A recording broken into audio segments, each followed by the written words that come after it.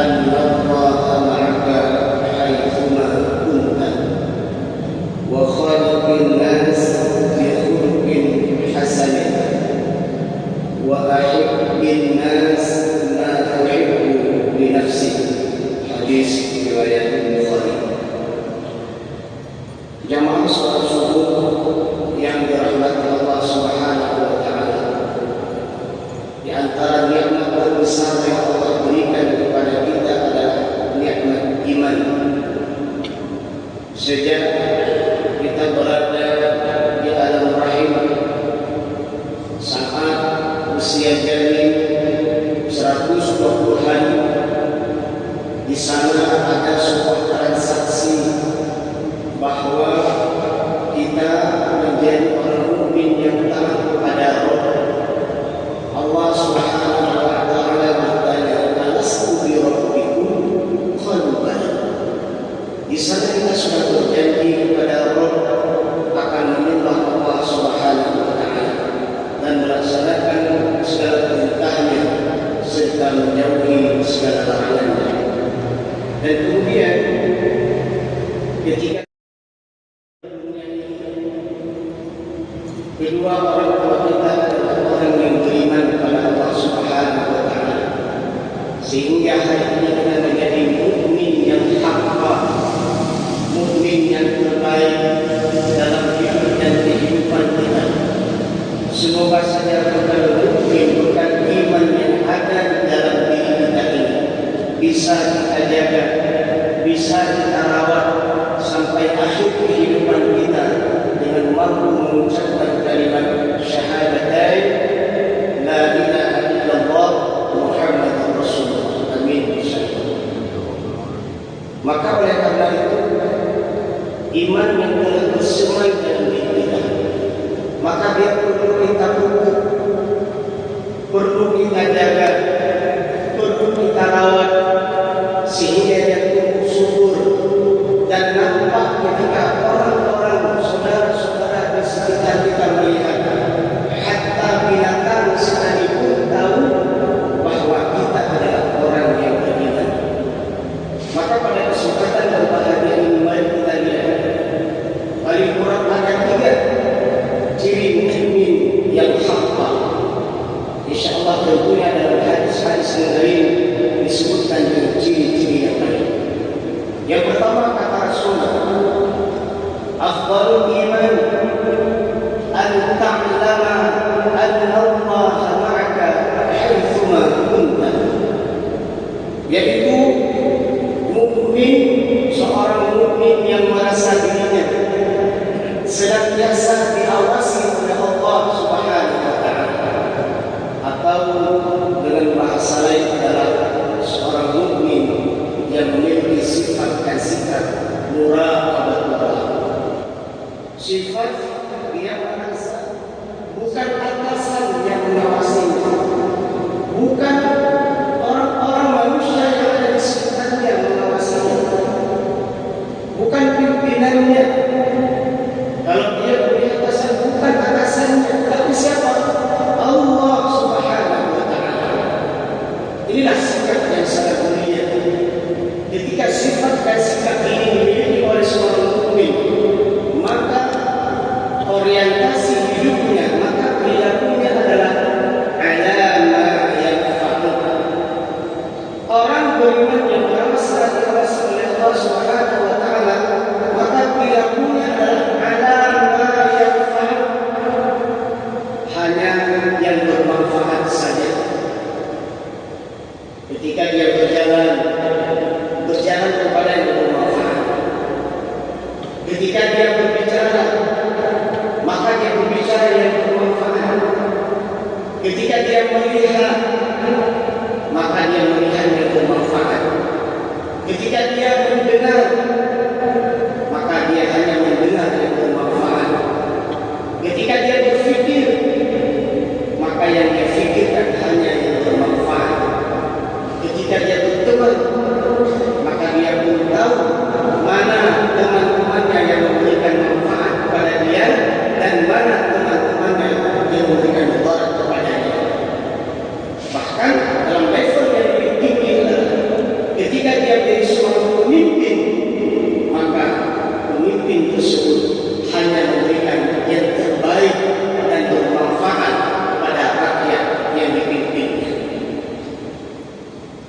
Sebaliknya, ketika seorang mukmin memiliki sifat dan sikap muraqabah ini, maka senantiasa dia wasta'in billah, maka dia senantiasa hanya berharap kepada Allah, dia hanya meminta kepada Allah, dia hanya memohon kepada Allah, dan dia tidak takut kepada siapapun kecuali hanya kepada Allah Subhanahu wa Ta'ala. Dan dia paham betul hanya Allah yang memberikan mudarat, hanya Allah yang memberikan manfaat. Ketika Allah tidak mengizinkan sesuatu, maka sesuatu itu tidak akan terjadi. Maka mukmin yang memiliki sifat muraqabah Allah, dia juga memiliki sifat syaja'ah. Apa itu syaja'ah? Sifat berani. Qulil haqqa walau kana murran. Dia berbicara yang baik, berani mengatakan yang baik, walaupun terkadang dia disampaikan itu pahit. Dan dia menyampaikan nilai-nilai kebenaran pada seorang pemimpin, agar pemimpin tersebut memberikan kebaikan kepada rakyat yang dipimpinnya. Dia menyampaikan nilai kebenaran kepada ahli-ahli bisnis, agar bisnis yang dilakukan adalah bisnis yang baik. Dia menyampaikan nilai kebenaran kepada siapa saja yang dia jumpai, karena dia tidak takut, dia hanya takut kepada Allah Subhanahu wa Ta'ala. Kemudian mukmin yang memiliki sifat dan sikap muraqabah Allah, mereka yang wala ta'jas, tidak akan lemah. Ada orang yang mengatakan mukmin di akhir zaman itu lemah, mukmin di akhir zaman itu bodoh, mukmin di akhir zaman itu jorok, jahat, dan seterusnya. Bahkan terkadang ada orang-orang yang senantiasa memberikan label-label jahat kepada orang mukmin. Mukmin yang hakka tidak akan lemah, mukmin yang hakka tidak akan bodoh, mukmin yang hakka adalah mukmin yang pintar, mukmin yang hebat. Dia hadir dan terjun kapanpun dimanapun dia berada. Dia adalah orang yang terbaik. Kenapa? Allah membimbingnya. Rasulullah dan para sahabat dan orang-orang terhebat dahulu sudah membuktikan. Kenapa mereka menjadi orang yang terhebat? Karena mereka yakin kepada Allah Subhanahu wa Ta'ala yang membimbing dan mengarahkan. Maka semangat ini harus ditanamkan kepada anak-anak didik kita sejak usia TK, anak-anak didik kita sejak usia SD, anak-anak didik kita usia SMP, SMA, dan bahkan anak-anak didik kita yang hari ini ada di perkuliahan. Tanamkan kepada mereka bahwa kalian adalah orang-orang mukmin yang terbaik. Hari ini kalau Bapak Ibu melihat petarung terhebat ini, mohon maaf kalau sedikit materinya agak jauh. Petarung terhebat dunia hari ini adalah orang mukmin. Maka oleh karena itu, sifat kekuatan iman yang ada dalam diri kita yang kita harus bangkitkan, yang kita harus terapkan di dalam hidup dan kehidupan kita. Insya Allah. Ini bukan ciri mukmin yang terbaik adalah mereka yang senantiasa merasa diawasi oleh Allah Subhanahu wa Ta'ala. Yang kedua adalah Rasulullah. Wa khaliqin nas bi khuluqin hasanin. Mereka adalah yang berakhlak dengan akhlak yang mulia, masya Allah. Akhlak mulia inilah yang akan memberatkan timbangan kita nanti di hari akhirat.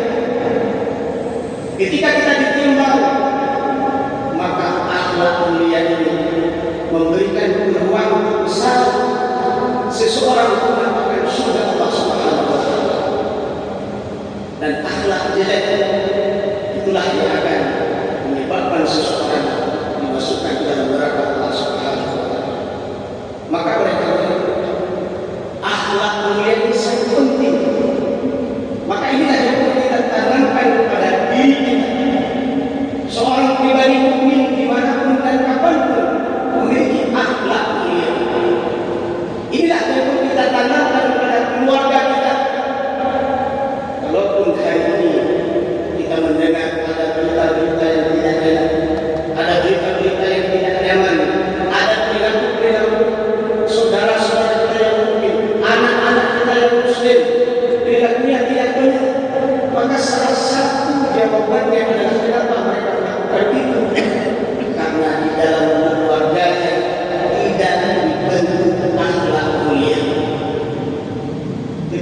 mulia, seorang anak yang diajarkan akhlak mulia di dalam keluarga, ketika dia bergaul, insya Allah dia akan menjadi anak yang terbaik.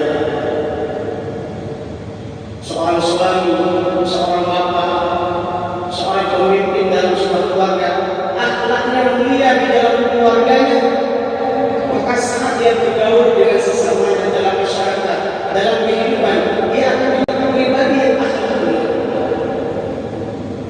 Kita yang memiliki pasangan kita, istri kita bina dengan akhlak mulia, maka saat kita bergaul berteman dengan saudara-saudaranya, maka dia akan memiliki akhlak yang mulia. Keluarga adalah sumber kekuatan akhlak mulia ketika dibangun oleh sebuah keluarga tersebut.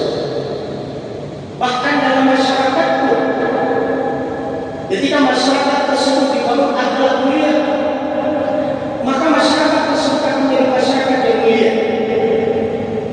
Yang dulu kita sering dengar, maaf para jamaah sekalian, ada yang namanya kontrol sosial. Nah, yang hari ini mungkin sudah hilang dalam kehidupan kita. Ketika ada saudara kita di sebelah kita berbuat yang baik, maka dia takut ditegur sama teman yang ada di sebelahnya, dan kita pun berhak menegur. Ketika ada tetangga kita berlaku tidak baik, maka dia pun takut ditegur oleh tetangganya, dan kita pun berhak menegurnya. Nah, ini adalah kontrol sosial yang di akhir zaman ini sudah menjadi barang langka dan bahkan hampir punah. Kita tidak berani lagi menegur saudara-saudara kita.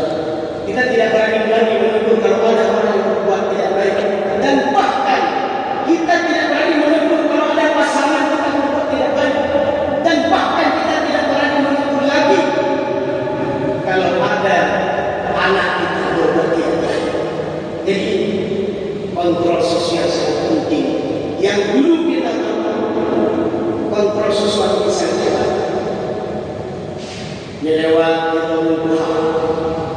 gerhen. Ini kamu orang yang gerhennya tidak orang yang mulia, orang yang hebat, orang yang terkenal, orang yang dikenal, orang yang dihormati, cukup dengan gerhennya saja orang sampah. Itu dulu. Saya tidak tahu dosa. Dan kontrol sosial terhadap akhlak mulia itu dibangun. Dan yang lebih penting dari itu adalah akhlak mulia itu perlu diperankan oleh para pemimpin-pemimpin kita. Ini penting. Ini sedih dan pilu kita hari ini. Ketika para pemimpin, orang-orang yang diberikan amanah untuk mengelola dan mengurus rakyatnya, ternyata mereka mempertontonkan akhlak jelek, akhlak jahat, perilaku tidak baik, malu dan memilukan kita. Maka tidak boleh ke depan dan selanjutnya pemimpin yang dipilih itu tidak lain dan tidak bukan hanya pemimpin yang berakhlak mulia. Kenapa? Karena pemimpin berakhlak mulia inilah yang akan membuat rakyatnya akhlak mulia. Tapi ketika pemimpinnya jahat, maka rakyat itu akan berakhlak tidak baik. Namun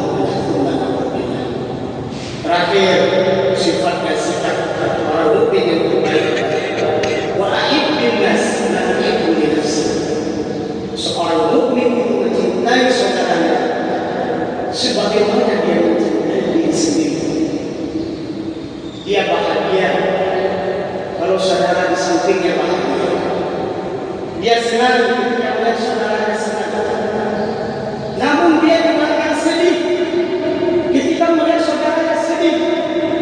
Dia pun akan terluka ketika melihat saudara-saudaranya disiksa.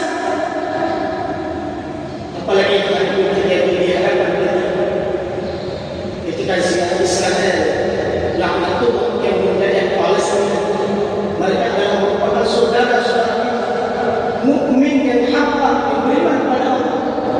Dan bahkan saat Indonesia merdeka, mereka adalah orang yang mengakui bangsa dan mengakui kemerdekaan negara Republik Indonesia.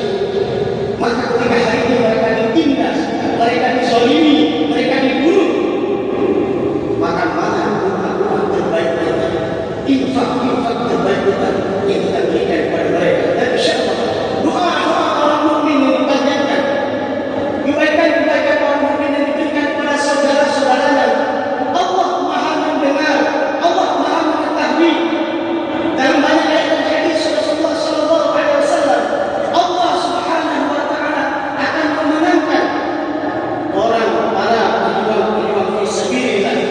Allah akan memberikan kemenangan pada mereka yang berada dalam barisan agama Allah Subhanahu wa taala. Dan itu pasti hanya waktunya saja. Maka mudah-mudahan sifat mungkin yang kita sampaikan ini ada pada diri kita, yaitu sebuah sifat dan sikap senantiasa merasa bertawassul kepada Allah Subhanahu wa taala. Sebuah sifat dan sikap